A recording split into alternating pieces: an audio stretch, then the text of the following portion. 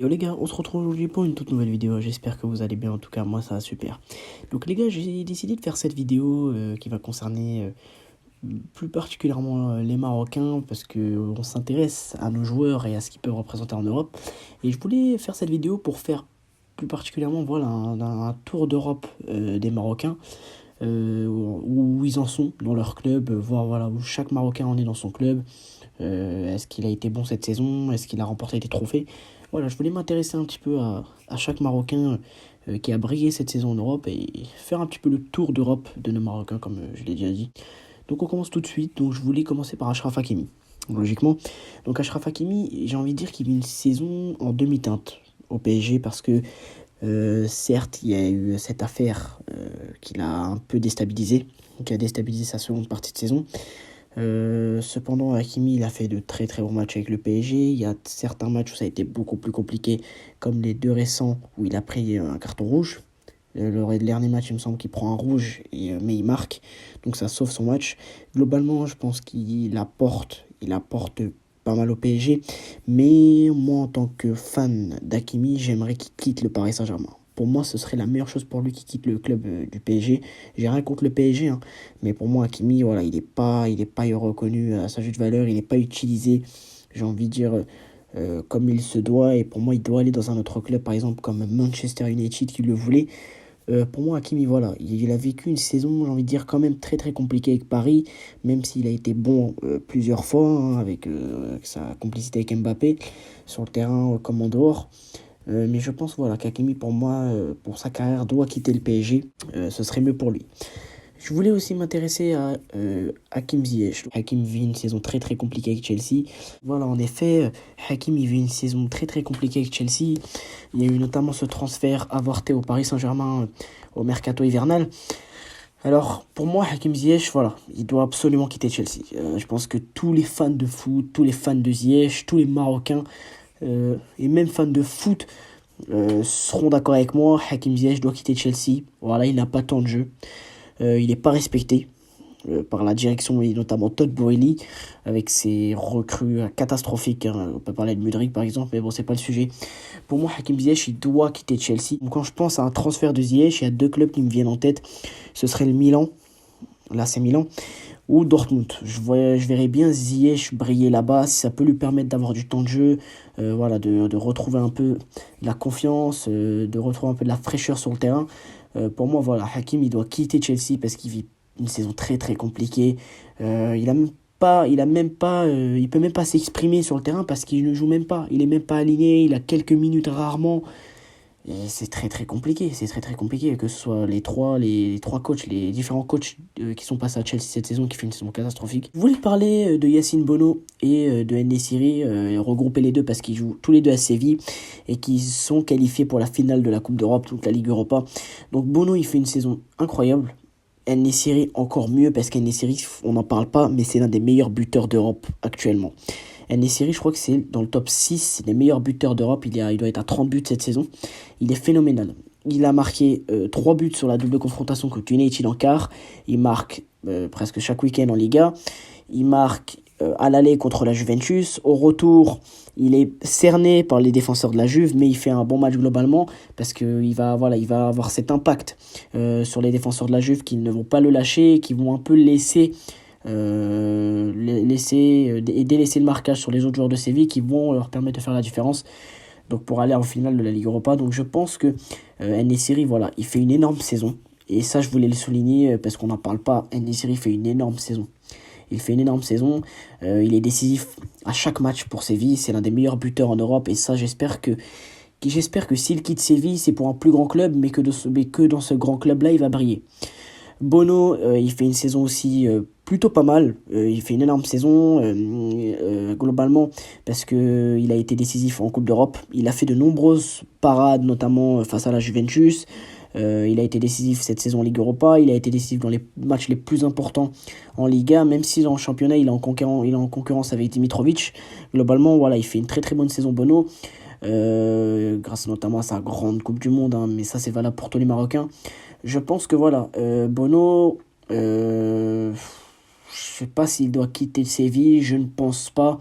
Après, s'il quitte Séville, est-ce que c'est pour aller dans un meilleur club, dans un meilleur projet sportif? À voir, à voir. Mais en tout cas, ces deux-là, ils font une saison énorme avec Séville. Malgré qu'ils soient 10e de Liga, ils sont qualifiés pour la finale de la Ligue Europa qui joueront face à Rome. Et voilà, j'espère qu'ils brilleront et j'espère qu'ils la gagneront.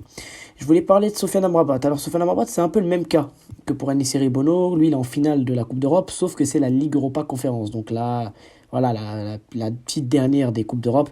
Donc il est en finale avec la Fiorentina. Globalement, il fait une belle saison. Il fait une très très belle saison à Amrabat, tout comme la Fiorentina. Hein. La Fiorentina qui est en finale de la Ligue Europa Conférence après avoir éliminé l'FC Bâle 3-1.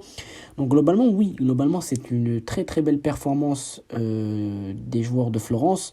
Amrabat, il fait une saison individuelle excellente. Excellente, il est décisif et ultra solide à chaque match.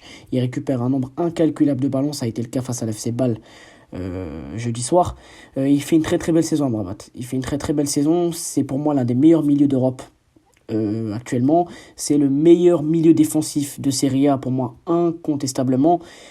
Pour moi, il doit quitter la Fiorentina et j'espère qu'il viendra au Barça. Je dis pas ça parce que je suis supporter du Barça, je dis ça parce que c'est un joueur formidable, qu'il est marocain, que c'est un joueur extraordinaire, qui brille avec son club, qui a brillé à la Coupe du Monde. Et moi, j'aimerais que grâce à cette Coupe du Monde, grâce au fait qu'il ait brillé cette saison à la Fiorentina, ça lui donne l'opportunité de recevoir de belles offres d'un club beaucoup plus attractif. Et le Barça en avait fait une de ses priorités au mercato hivernal. J'avais même fait une vidéo dessus. Vous pouvez aller la voir, mais bon, ça ne sert plus trop à rien. Donc voilà, Sofiane Amrabat pourrait être un potentiel remplaçant de Busquets en cas d'échec du Barça sur les pistes d'Zubimendi, du joueur de la Real Sociedad ou de Kimmich, qui semble quand même difficilement accessible. Donc je pense que oui, Sofiane Amrabat est un joueur qui doit quitter la Fiorentina pour avoir un projet sportif plus alléchant et une meilleure carrière.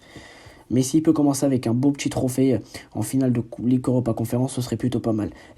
Finale de Ligue Europa Conférence qui jouera d'ailleurs par le West Ham de Nayef Aguerd.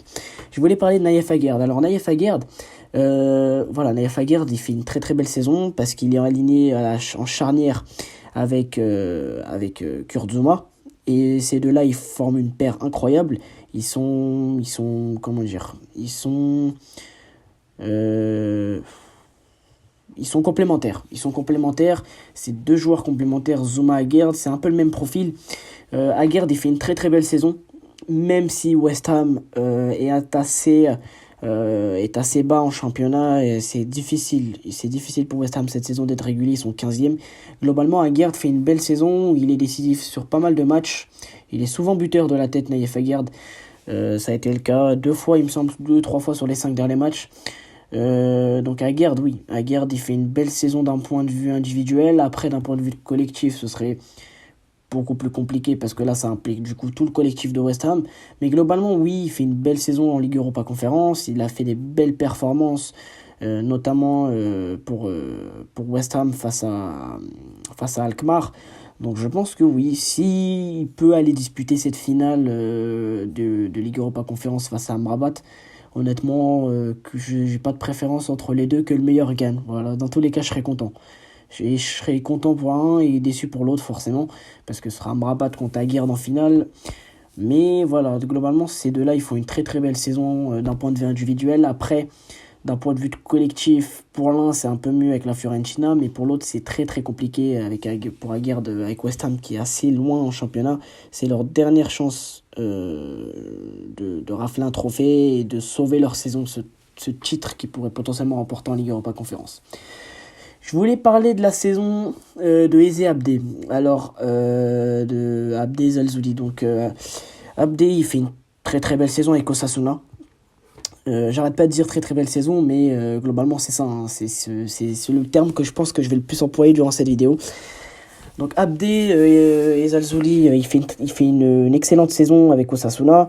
Chaque week-end, je regarde ses matchs, il met des enroulés, mais dans les lucarnes, hein. Il nettoie les lucarnes à chaque match d'Osasuna, il est décisif sur une belle enroulée. Ça a été le cas lors de son dernier match. Zalzouli qui est prêté par le Barça. Alors je me dis, moi j'aimerais bien qu'Zalzouli revienne au Barça. Pourquoi ? Parce que on ne sait jamais. S'il revient au Barça, il va peut-être briller avec le club blaugrana. Parce que c'est un joueur très très solide sur les appuis. C'est un joueur qui aime beaucoup aller provoquer. J'ai envie de dire que c'est un peu ce que fait pas trop et ce que n'a pas fait assez Rafinha cette saison, même s'il a été décisif de nombreuses fois le Brésilien avec le Barça. Abdé, voilà, c'est un joueur qui aime aller provoquer. À chaque fois qu'il a la possibilité, il va provoquer. C'est un joueur solide sur les appuis. Il est puissant, il est technique. Voilà, c'est un frappeur de loin. Voilà, il a une énorme qualité. C'est un joueur que j'apprécie énormément et j'aimerais énormément qu'il revienne au Barça parce que je pense que ce prêt avec Osasuna l'a fait grandir. L'a fait grandir d'un point de vue technique, dans la maturité qu'il a et je vois sur ces matchs, j'ai l'impression qu'il est beaucoup plus mature qu'avant, qu'à l'époque où il débutait avec le Barça. Bon, après, ça c'est logique, mais quand même, son prêt à Osasuna y est pour quelque chose. Et je pense que le Barça a fait le bon choix en le prêtant à Osasuna. Et je pense que lui, il a fait le bon choix justement en allant à Osasuna. Donc je pense que oui, ça peut être un tremplin. Ce prêt à Osasuna peut être un tremplin pour la suite de sa carrière, pour que pourquoi pas il aille dans un plus grand club. Et pourquoi pas viser un retour au Barça où il pourrait potentiellement briller. Moi, j'aimerais bien. J'aimerais bien. Après, on va voir ce que ça donnera pour Abdé. Je voulais parler d'un dernier joueur, les gars, c'est Anas Zalouli. Alors, Anas Zalouli, pour moi, il fait une saison très très belle parce que il est avec Burnley, il a remporté la Championship et il va aller jouer la Première Ligue. Alors, je me souviens d'Anas Zalouli, son début de carrière en Belgique. Je me rappelle d'un joueur qui était vraiment mature, qui a eu du mal à décoller. Et notamment, après son départ à Burnley, je me suis posé des questions. Je me suis dit, ça peut être une belle opportunité pour lui, mais qu'est-ce qu'il va vraiment aller faire là-bas? Alors, il m'a fait mentir. Il m'a fait mentir et Burnley m'a fait mentir également, parce que Burnley, voilà, ils vont remonter, ils ont gagné la Championship, donc ils resteront en Première Ligue. Ça permettra à Zalouli d'être vu par d'autres clubs un peu plus pais que Burnley. Anas Zalouli, il a vraiment brillé cette saison avec Burnley. Il me semble, je crois qu'il doit être cette saison, c'est 34 matchs, 7 buts et 5 passes décisives. Donc, c'est une belle saison. Une belle saison globalement. C'est pas le standing de Nessiri. Mais je voulais souligner sa saison parce que c'est sa première saison. C'est sa première grande saison, j'ai envie de dire, dans un certain niveau que réclame l'Angleterre. Notamment que ce soit la Championship ou même la Première Ligue, où il y jouera l'année prochaine. J'espère qu'il brillera en Première Ligue. J'espère qu'il brillera en Première Ligue comme il a fait cette saison en Championship, parce qu'Anas Zalouli, c'est un joueur qui est un peu comme Abdé. Il est solide sur les appuis, il est technique, il a marqué de nombreux buts sur des enroulés cette saison. Il n'hésite pas à déclencher une frappe lorsqu'il est à l'entrée de la surface. C'est un joueur qui déstabilise une défense, il est très technique. Donc je pense que oui, Anas Zalouli, ça peut être un très très bon joueur, et tout comme pour les précédents joueurs que j'ai cités. Donc je pense que oui, ça peut être un bon joueur. En tout cas, j'espère qu'il continuera à briller à l'image de tous les Marocains. J'ai pas évoqué tous les Marocains, mais il y en a énormément d'autres. Je peux parler de Jabran qui est en finale, de Jabran et de Ati Allah qui se sont qualifiés pour la finale de la Ligue des Champions africaine aujourd'hui face à Malmélodie. Je peux évoquer aussi la saison de Nouzer Mazraoui, qui est un peu plus compliquée du côté du Bayern. Il y a aussi le jeune Bilal El Khanous, Azzedine Ounahi qui fait une saison compliquée avec Marseille puisqu'il il s'est blessé. Donc oui, après il y a également Romain Saïs, Sofiane Bouffal. Donc voilà, il y a de nombreux joueurs dont j'ai pas parlé. Mais il faut aussi souligner leur saison, qu'elle soit bonne ou mauvaise. J'espère qu'ils rebondiront en tout cas la saison prochaine pour pouvoir s'améliorer et continuer à nous faire rêver, nous en tant que Marocains et même en tant que fans de foot dans le monde entier. C'était tout pour cette vidéo les gars, j'espère qu'elle vous plaira. Me tenait à cœur, ça me tenait à cœur de faire cette vidéo, j'espère qu'elle vous plaira. Je vous demande de liker la vidéo, de la partager, de vous abonner, de rejoindre la communauté, à commenter, ça me ferait super plaisir. Vive le foot, voilà, vive le foot et vive le Maroc. Ciao.